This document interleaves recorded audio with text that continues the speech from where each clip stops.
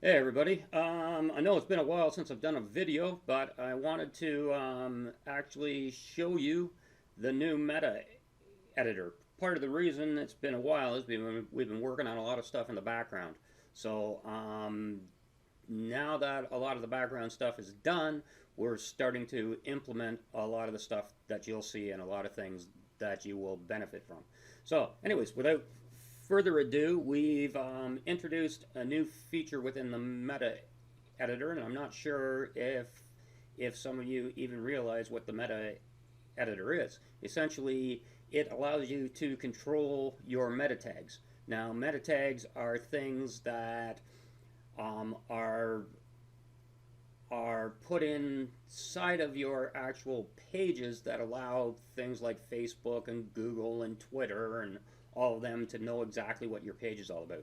It's very, very good for search engine optimization and very, very good for ranking your pages if you use it properly. So, what we've done is we've actually introduced a meta editor. So, I'm going to click here on this icon, and what you will see is that you get to change your title, your description, your keywords, and the open graph image. Now, you also have tips in here about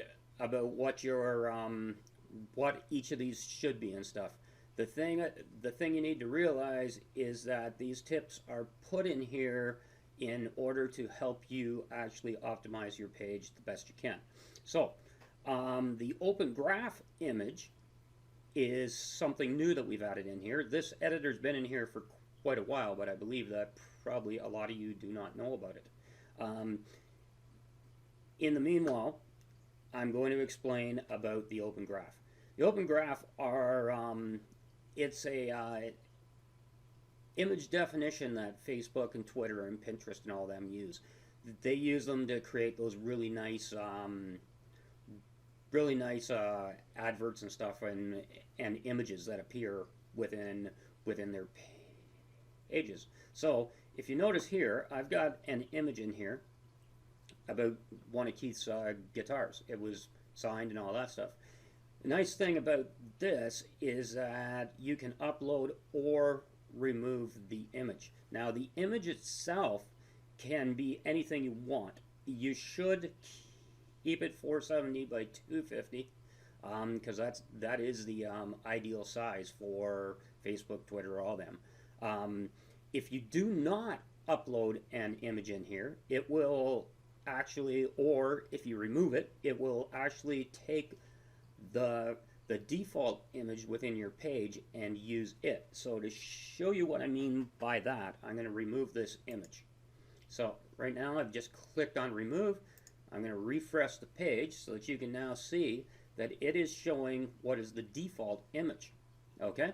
So if you don't know what the default image is, I will show you right now. If I go over to my Keith Richards page here and stuff, this first image is the default image right here. So it will use that. If that image does not exist, then it will put in a default Sirgo logo. So that's where it gets that from. If you do, however, upload a specific image, we will do that right now, so I can show you what the difference is. You simply select the file,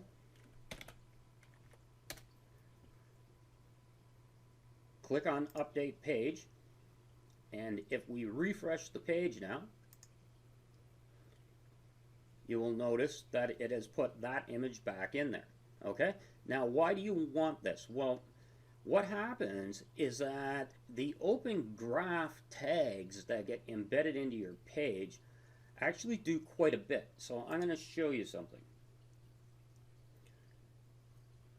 So Keith Richards' page, if you notice when we go over there, that image doesn't exist anywhere on this page. So I'm going to scroll up and down. There's nothing on this page. Okay? That image does not exist.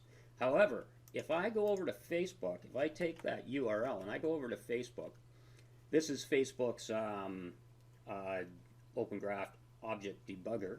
So if you want to get there, you got to set up a developer account.